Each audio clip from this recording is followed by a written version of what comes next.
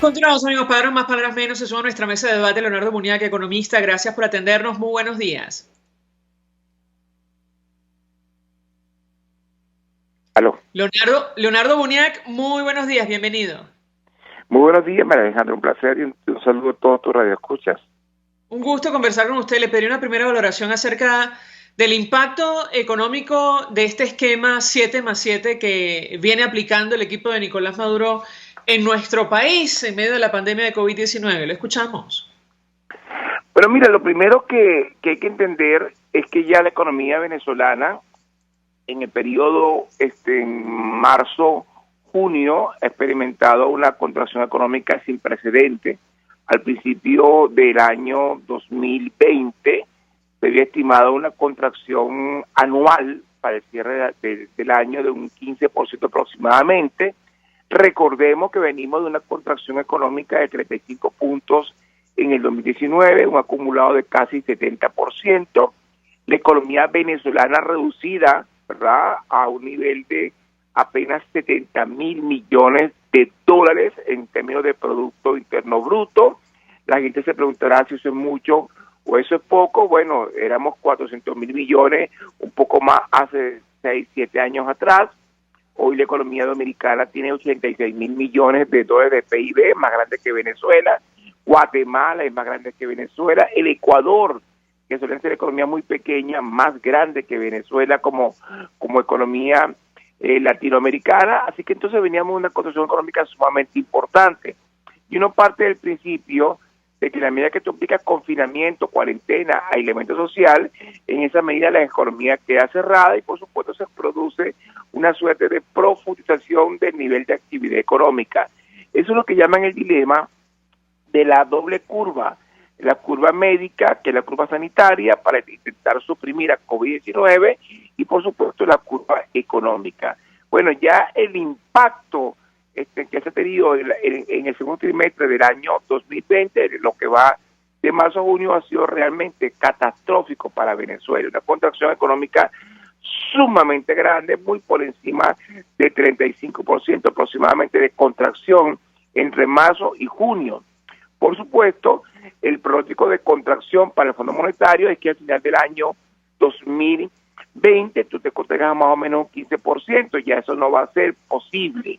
¿Por qué? Porque sencillamente este esquema de confinamiento que ha continuado, porque no se ha producido una desescalada como en otras partes del mundo, bueno, va a ser sencillamente que el pronóstico de contracción ya supere a largo, ¿verdad?, lo que habíamos planteado para principios de este año.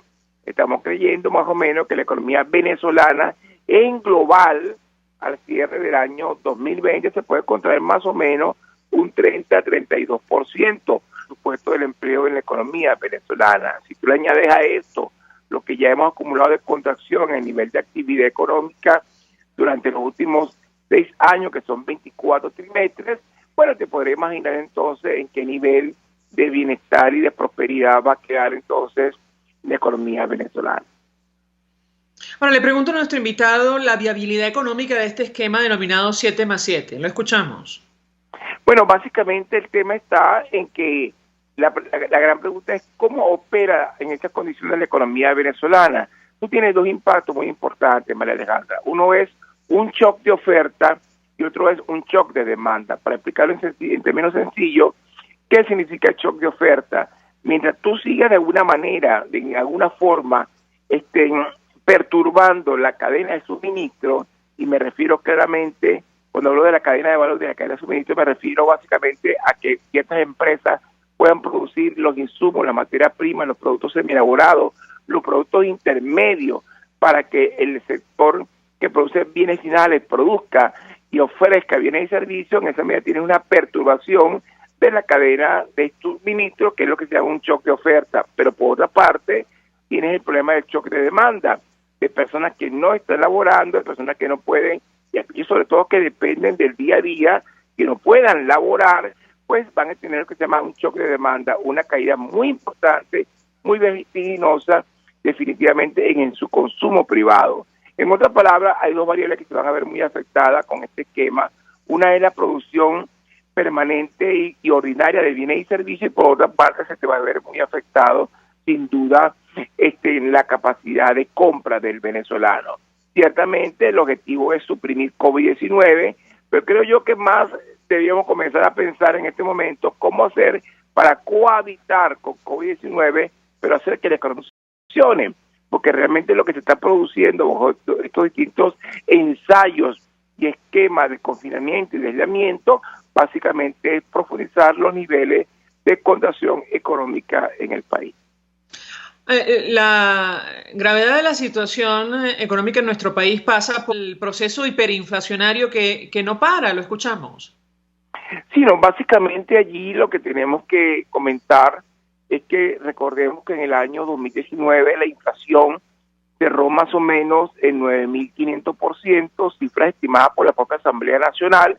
De hecho, el Banco Central quedó por encima, casi 10.000% de inflación. Eso es una desaceleración muy clara comparada con los 3 millones y pico por ciento que acumulamos en el año 2018. Es decir, que de alguna manera, a pesar de que continuamos en hiperinflación, porque 10.000% es una cal que hizo el Ejecutivo Nacional, básicamente reprimieron el crecimiento de la liquidez monetaria, se contrajo el crédito bancario con un encaje legal del 100% y se usó el petro como contención fiscal al entregar petro como dividendos en el año 2020, a final de año, proceso inflacionario, inclusive disminución en las presiones cambiarias en la última parte del año, pues no está ocurriendo en el año 2020. Básicamente porque dada la caída, la vertiginosa caída en el ingreso petrolero, el gobierno volvió a recurrir al expediente de la monetización, es decir, el financiamiento inorgánico del gasto público, todas estas entregas de subsidios que se han dado a los sectores de menores recursos, aquellos que están vinculados, asociados al sistema patria, bueno, se está haciendo con emisión monetaria del Banco Central de Venezuela, es decir, que el Banco Central, el gobierno central recurre nuevamente al triste expediente de la monetización, de que el Banco Central emita dinero para el financiamiento inorgánico del gasto público, es decir, expansión monetaria de origen fiscal que ha llegado a niveles ya de 154 billones de bolívares de liquidez de medios de pagos líquidos que circulan en la economía, movido por Banco Central de Venezuela. ¿Eso qué está ocasionando? Bueno, lo que tú me acabas de preguntar. Está ocasionando el reinicio del ciclo hiperinflacionario en Venezuela. Ya Venezuela acumula 3 años consecutivos de hiperinflación y es la hiperinflación más larga que se ha visto en los últimos 100 años, sin duda. Entonces, bueno, lo que ya había sido un pronóstico de 4.500, le podemos ver una inflación que está por encima, puede estar por encima fácilmente de 10.000%, pero cuidado de que el confinamiento continúa y la desescalada tan esperada por todos los venezolanos para volver a trabajar no se está produciendo. Yo lo he comentado varias veces, definitivamente contagiarse de COVID-19 es una posibilidad, inclusive morir por COVID-19 es parte de una estadística, pero posiblemente morir de hambre o no salir a trabajar puede ser una certeza en Venezuela. Finalmente le preguntaría, porque se viene hablando sobre las supuestas medidas económicas que va a anunciar el equipo de Nicolás Maduro, y entre ellas se ha mencionado un posible alivio fiscal, una petición que se realizó prácticamente desde el inicio de la pandemia, que no se ha materializado. Yo le pediría un comentario sobre este tema, lo escuchamos. Bueno, mira, es una lástima que se esté pensando en eso en este momento. Cuando se inició la cuarentena, una de las cosas que planteó el sector empresarial en Venezuela, lo planteó Fedecámara, lo planteó con industria especialmente, fue ella sumamente importante. El sector empresarial tenía conciencia plena de que la economía, al ser confinada, la empresa no está trabajando, no está produciendo, no está vendiendo, no está cobrando, pero sí tenía que honrar obligaciones contractuales con proveedores y especialmente con los trabajadores, el pago de sueldo y salario y demás compensaciones salariales.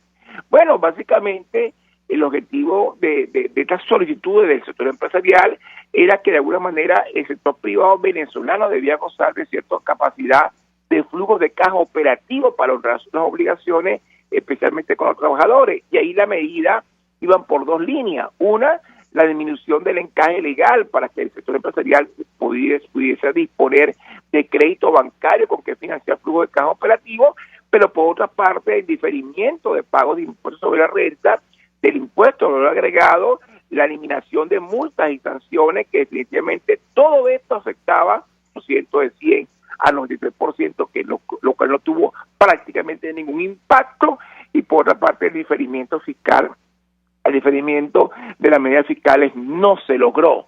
Así que entonces, bueno, que se haga ahora definitivamente es positivo, pero ya el daño está hecho desde el punto de vista de lo que ha sido la contracción del nivel de actividad económica, especialmente en el periodo que va entre marzo y junio 2020. Cualquier medida en esta línea definitivamente es positiva, pero por supuesto son medidas muy tardías para la realidad económica venezolana. Leonardo Buñac, 1.000.000 de gracias por atendernos y acompañarnos la mañana de hoy. Vamos a la pausa, al regreso venimos con más. Encantado.